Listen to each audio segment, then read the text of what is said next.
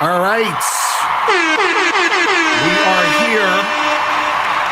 We are live. We're Rashidi from RKT Appraisal. What's going on, man? How's life? What's going on? What's going on? Chilling. So today we're talking about, the benefits of equity. Now, tell people what the hell equity is, because some people are like, what the fuck is that? Yeah. You know what I'm saying? So what is that for the people out there?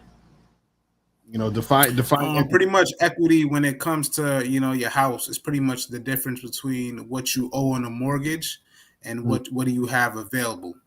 So it's liability minus assets. So if you have a mortgage that's if you have a mortgage $350,000, but your house is worth $500,000, the equity is $150,000, because if you were to sell your house, you get $150,000. So the equity is that extra cash left over.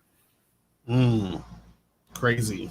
And so what are some of the benefits that people like can have from that? Like, what's the benefits and shit? Yeah, man, you can flip that money, man. So the good thing is about, for that same example, whether you got a condo or if you got a house and you have equity, right? You can always flip that money. You can have equity in cars too. So you can always flip that money. Ultimately at the end of the day, it's one of those things where, that same example, you have a house that's worth $500,000. You have your mortgage, you only have $350,000 left to pay off. What you can do with that money is you can reach out to that bank or shop banks and say, all right, I got an extra $150,000, not extra, but I accumulated $150,000 of additional funds between my mortgage. Can I borrow that money? And of course, you can do multiple things with that money. You can put a down payment on another house, another investment property, or if you come across hard times, you can borrow from that money. You could be using that money, investing in another business, or you're trying to open a business. Well, with that money, you can. So that's using the money that you have and making it make more money for you. You're just reinvesting it, but you can do anything with that equity. I mean, you could have equity in your car. It's equity in your car. Say if you have a car and you initially bought your car for $30,000 and it holds its value, and you have $20,000 left to pay off in the car, and the car is worth $25,000. If you sell that car, you now can use that extra $5,000. That's all considered equity. It's whatever you owe minus the liability portion, what you're liable for, which is your payments. And so why? So do most people do this? Like, do most people like take advantage of this, or do most people just not know about the shit, or like what's the situation? So honestly, all the above. So a lot of people know and heard of equity. It's a common term, but most people don't know how to go about it, don't know how to ask the right questions, and don't use it. And most people are too scared to use it, to be honest with you, because remember, when you take out that equity, you need to have a plan. So if you're just taking out the equity willy-nilly, you're not going to be able to do anything with it, because what's the point of borrowing $150,000 if you don't have a plan for it? So, but to your point, though, a lot of people don't really know about it. They just know it exists. They know it's kind of like one of those things. Oh, it's kind of extra money, but they don't know how to go about it. Like I said, how to use it, or what to do with it when they do take the money out. Right, man. So like if a person, let's say a person is they're doing this shit with their house, the mortgage and all that other stuff, and they have all, like you said, let's say they have like $150,000 that they could use. Is that specifically for anything, or are there stipulations from that? Like, can they, know what I'm saying? There's always stipulations. So, there's a couple things you could do. You could pull the cash out. So what it does is, to be specific, say you have a house and you have equity in the house, you can refinance and pull the equity out with a different bank. So say with Bank A, and you refinance with Bank B, and Bank B says, all right, you want to refinance the whole thing, since your house is worth $500,000 and you only have a $350,000 balance on there, we'll give you the extra $150,000 cash. But now your interest rate is going to now be based off of the $500,000 that the house is worth, because you're using all the equity. You can do whatever you want with that money. They cut you that check, so that is one option. Of course, with that option comes is that, most likely your payments are going to be a little bit higher, potentially, depending on where your credit's at. That's why I call RKT with your credit.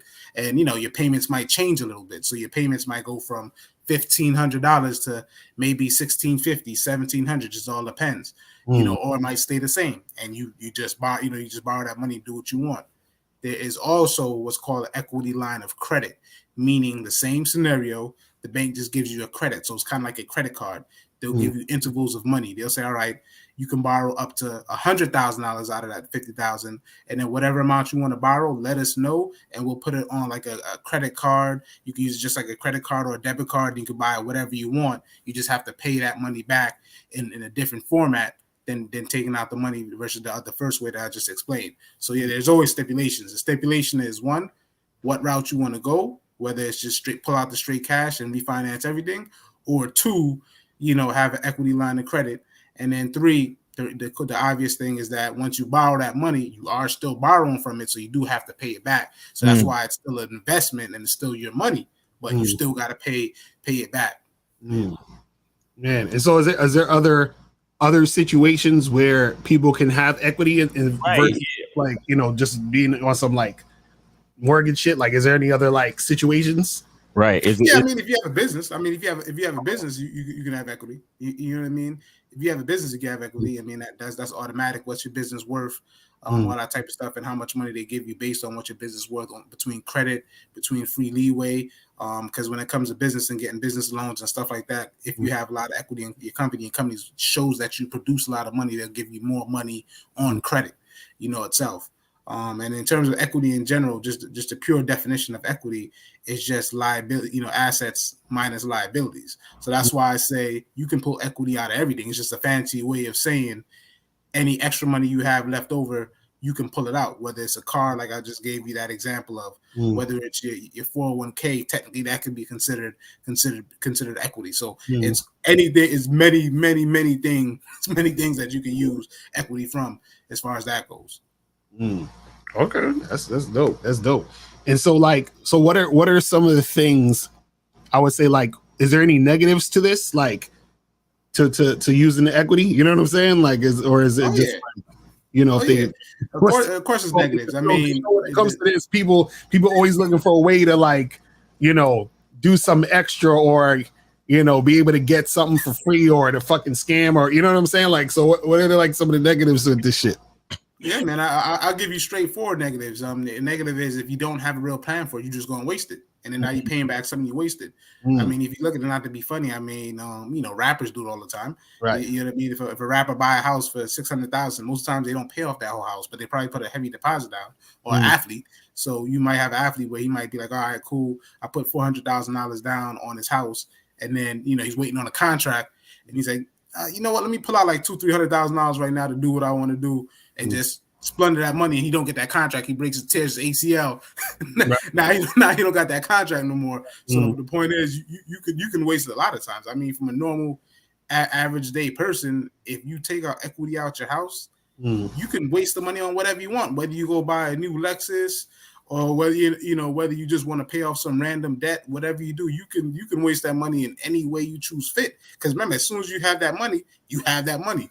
It's just like someone that has cash in their pocket. When you have that $100 bill, once you break it, it's gone. If you don't have a real plan, this is the same concept whenever it comes to equity, because people do it all the time. You get that money, like, oh, I could do this. Oh, let me fix this. I want to fix up my house. I want to get a nicer car. I want to get these nails done. I want to get the, whatever it is that you want to do. People waste their money on desires, and then now you got to pay it back if it's not bringing you money back. So, like, is there let's say, like, how does that affect your credit if you don't pay it back, or don't pay it back on? Is there like a certain time frame you got to pay it back? Is it, what I'm saying? Like, does that affect your credit if you don't? Yeah. You finish if you don't pay it back. So back to the back to the beginning of just like a regular loan. That same example with the house example is a great example, right? Because if your mortgage is $1,500 a month, you're still paying it. If you don't take out your equity, you have 20 years to pay off on your mortgage. You have to pay that loan off for the next 20 years, and your payment is $1,500 a month for the next 20 years. May fluctuate a little bit here and there. Right. Same scenario, same mortgage now. Now you took out that equity. Now you owe the bank $500,000 instead. So for the next 20 or 30 years, whatever term you agree to, you have to pay that. If it went up to $1,700 a month, you got to pay back that $1,700 a month for the next 20 or 30 years going forward. So it's the same thing. If you don't pay it back, you hit. So would this be a thing? Like, would you say, from your professional opinion, right, should a person start out learning how to use credit with credit cards and stuff like that before they deal with like any type of situation with equity? Because like, let's say a person, you know, has like $150,000 they could take out in with equity, and then they take that, and then now they're in debt for $150,000 so they didn't know how to, they didn't know how to like allocate that efficiently and then know how to pay it back and use credit. You see what I'm saying? So like, do you think a person should learn first, or to be like, fuck it, and they just gonna have to make the mistake? Like, you know what I'm saying? Like, what would be your thought on that? Yeah, no, absolutely. I mean, at the end of the day, I think it's one of those things where, definitely whoever's taking the money out, whenever you're taking the money out, you definitely gotta know. Yeah, that's a little ambulance on the phone. But anyway, yeah, you definitely gotta know what you're doing. You know what I mean? It's definitely one of them things where, at the end of the day, you actually have to know how credit works. Have to be the type person that pays your bills on time. Have to be the person that's not taking a whole bunch of risks at the end of the day. So, you definitely got to make sure you're doing that type of thing at the end of the day. Yeah, because I'm thinking like a person who's not knowledgeable in it might think that it's just kind of like, free money type of shit. You know what I'm saying? Like, no, people do it all the time. People do it all the time. That's my point. That's why I say, like, you take out that money and you don't have no real plan for it. Right. You finish. Right. That's the real truth at the end of the day. Whenever you're using this equity, actually have a plan for the money of what you want to do. Account for every dollar that you want to use. Even if it's vacation, you should be saying, all right, I'm going to have a $3,500 budget for vacation, not saying I'm going on vacation, I'm balling, and I spent $17,000 on vacation. You know what I mean? You should be accounting for every single dollar and what plan it is, whether it's pleasure or business. No matter what, you should be having a plan for every dollar you use. Right. And so that affects, like, let's say a person takes out the money, they use it, they're not able to pay it back.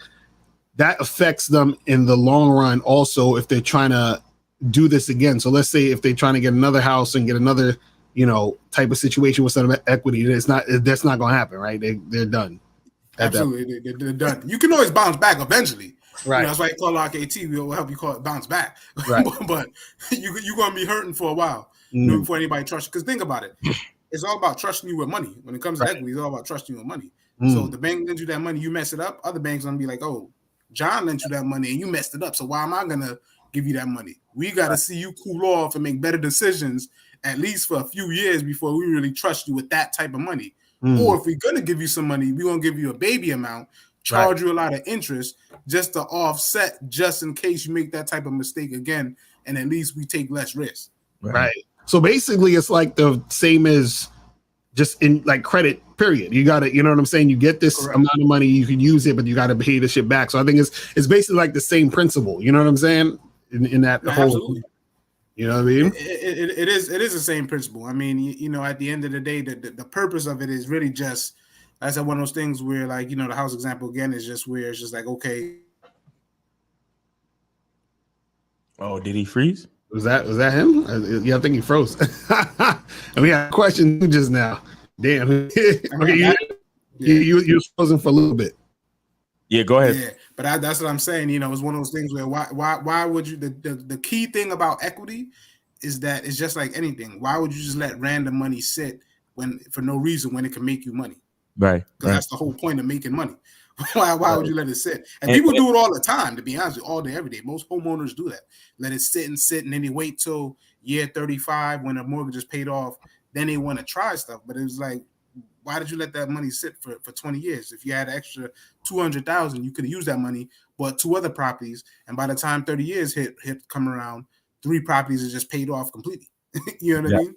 Yep. Some people have a certain well, let's answer the question. Jedi James says, can you recover from a credit card being canceled and you still having a balance on it? I'm assuming he's talking about.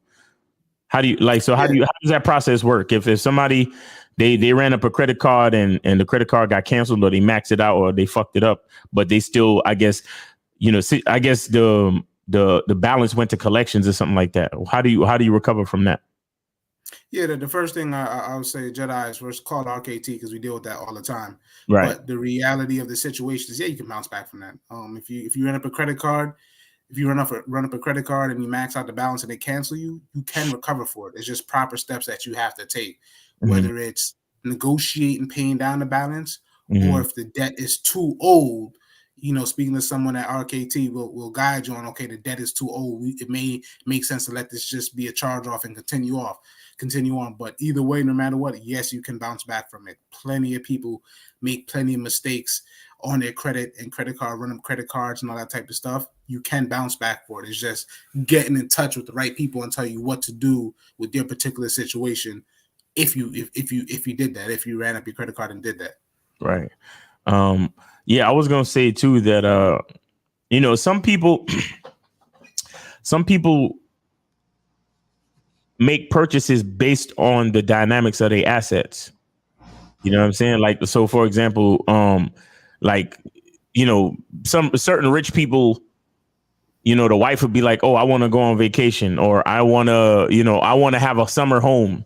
And, they'll like the father will say, or her husband will say, okay, we could do that, but we got to buy an asset first and make the asset pay for that summer home, so to speak.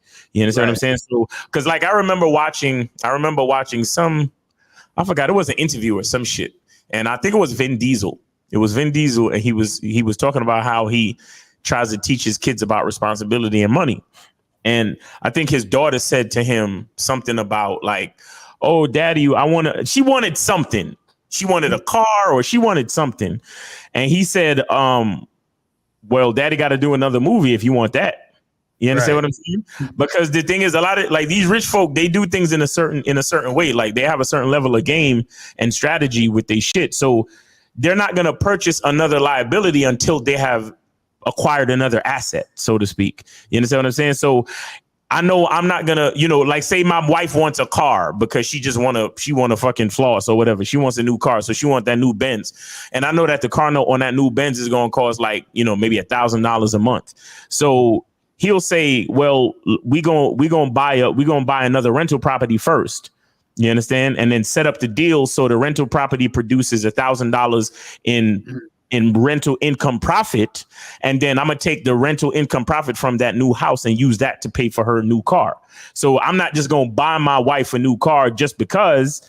I'm going to buy my wife a new car and making sure I have the asset to fucking pay for it. So I'm not really going in a hole just to make my wife happy. I'm actually spending that money, in a strategic manner. So that's what equity could do for you if you spend it, in a strategic manner, where it's like you build up a certain type of equity on the house. And then you're like, oh, yeah, I want a new car, or, oh, yeah, I want to do this, or I want to do that, or I want to go on vacation. And it's like, well, take the equity out of your house, purchase a small property or purchase a rental property, set it up. So, make sure you do the, and that's another thing with like spending your money. When it comes to real estate, especially, there's a lot of, you don't have to just buy the first thing that comes in front of you. You buy what makes sense based on what you're looking to do. So if you need at least $500 in profit or in rental profit a month from a property, don't purchase the property until you see for sure that all the numbers work out so that rental property could be making you money. Because that's why they do comparables and all that type of shit. So you say to yourself, well, in this neighborhood, I know that the house, a 2-family or a 2-bedroom house, a 2-bedroom, 1-family house in this neighborhood, rents for, let's say, $1,200 a month. You see what I'm saying? So then you make sure that you do what you're supposed to do, set up the down payment, set up all of the shit, set up the mortgage so that you're paying, a certain amount per month. And then you set the rent for the property up. So if I'm paying $500 and I want to be able to make $1,000 rent, so that means I got to make sure that I set the rent for a certain amount. So the $500 for the mortgage is paid, and then the rest is the other $1,000 is my profit monthly. You see what I'm saying? But it's all about setting shit up. It's all about doing things with a plan. I remember when I first got into real estate, I just wanted to acquire property, and I bought a couple. They actually fucked me up. The guys that I was working with, they actually gave me some subprime mortgages, and I wasn't making no money. I was making like $50 off of the fucking property. That if that, because the fucking mortgage was 900 and the rent was 900. I was just breaking even, every month. And and on top of that, I had repairs. I had to fix shit. The fucking tenants was asking for shit and begging for shit and fucking making my life a living hell. And that's all because I didn't do anything with a plan. I was mad green, and these niggas just kind of got me into these mortgage lenders and these real estate agents that I was working with. They just got me into 2 loans. I had bought 2 houses. They got me into 2 loans, and it was rough for me. I had no idea what the fuck I was doing. And I learned a lot from it. Though. That's one thing I'd say. But again, the reason why it didn't work out is because I didn't have a plan around what I was really doing. So you got to do stuff with a plan. You know what I'm saying? If you, equity is a thing where you can, it could be a very good thing if you know what to do with it, but it could also be a very bad thing, like you were saying, Rashidi, earlier, that if you just take out the equity just to fucking fuck the money off, then you're not really helping yourself. You're not really helping your family.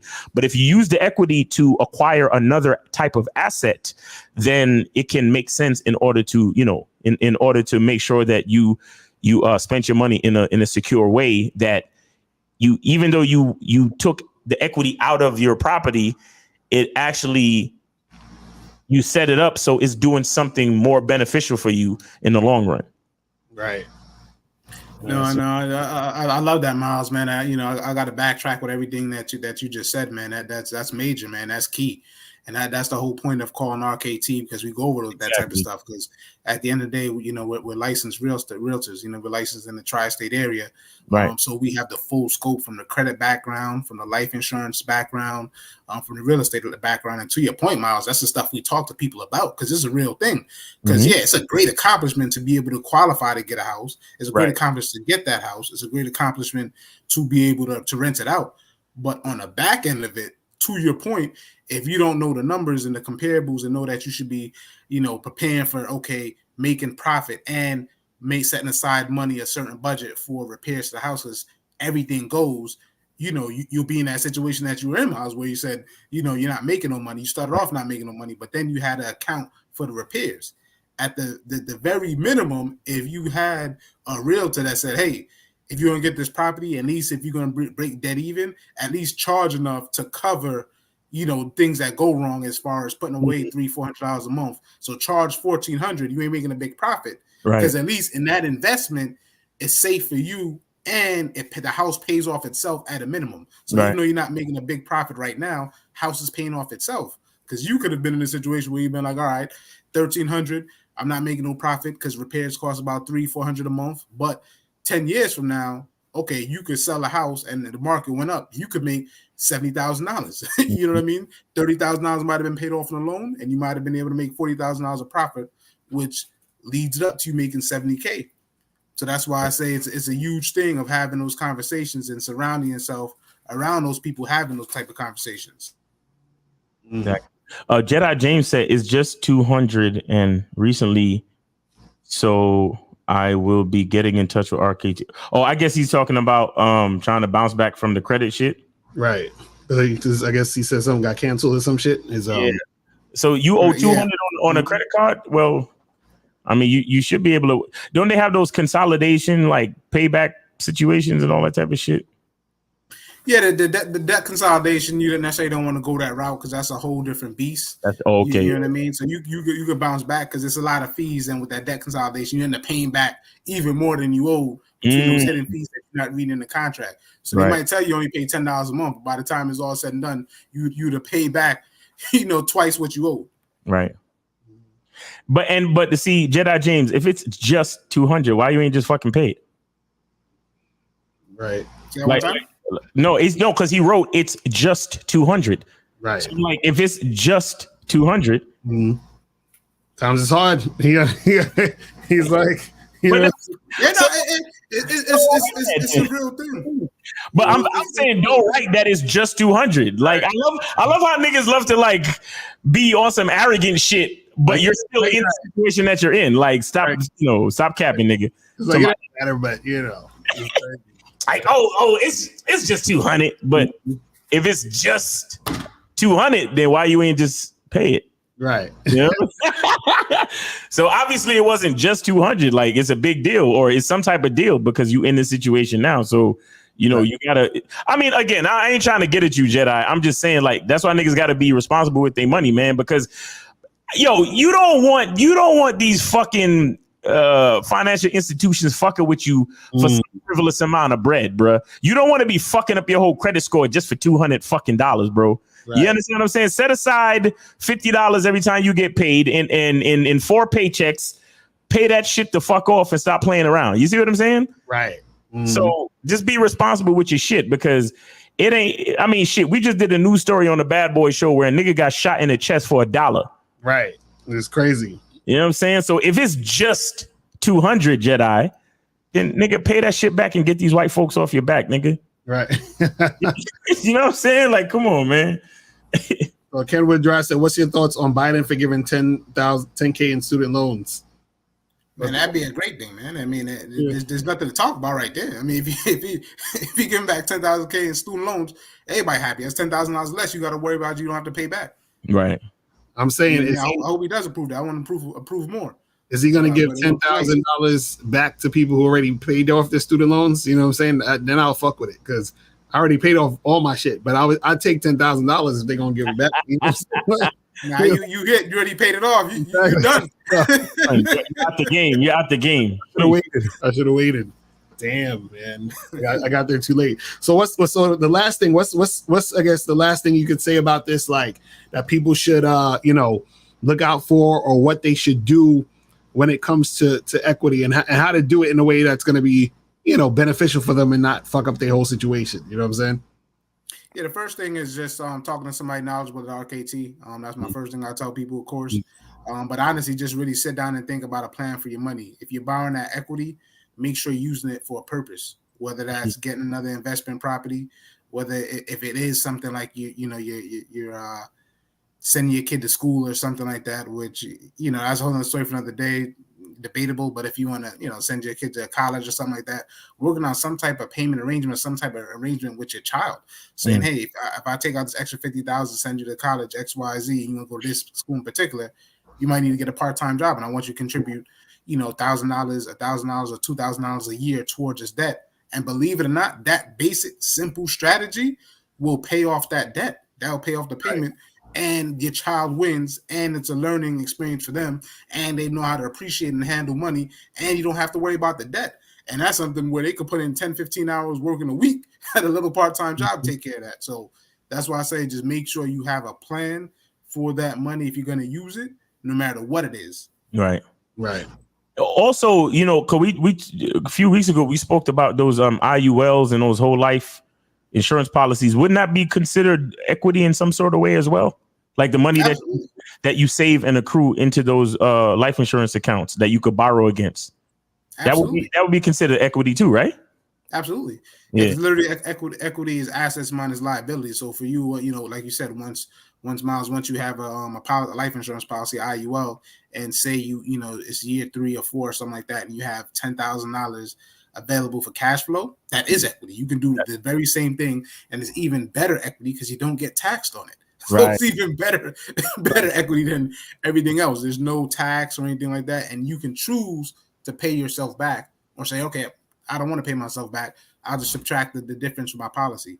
So my policy is $150,000 policy, and I was able to borrow $20,000. You know what? Instead of paying myself back, I'll just leave it at $130,000. So you have full control on top of that. Right. So that's a great example. Facts, man. Yeah, because them IULs and those life insurance policies, man, those are good vehicles for you to use to your advantage. Basically put your money anywhere except the fucking bank, man. You know what I'm saying? Like put your money in the IUL, put your money in a whole life insurance, put your money in a mutual fund, put your money in in stocks if you like that type of shit. Put your money in maybe crypto if you like that type of shit. Like if you know what you're doing, stocks and crypto if you know what you're doing. But if you don't know what you're doing, definitely mutual funds and money market accounts, shit like that, because there's always a positive return in money market accounts, on average. And then, IULs and life insurance is always something that you can use as a as a generational wealth for your family. Because remember, when you pass, your family gets a decent lump sum of money. You understand, that they could use to move, to move into future generations with. You understand? So because they could use that money to, instead of just to bury your ass, they could use that money to acquire more assets and to keep the process going. You see what I'm saying? So it's important. That's real shit. Man. Shit. So yeah, man. But guys, appreciate y'all tuning in. Make sure you guys go to rktappraisals.com. Hit up Rashidi, hit up Kayleen. The number is 973-420-5028. You feel what I'm saying? Make sure you do that. And yeah, man, we're out of here. We appreciate everybody tuning in, and we'll holler at y'all later. All right, remember, the truth is inside you. Peace. We gone. Out. All right.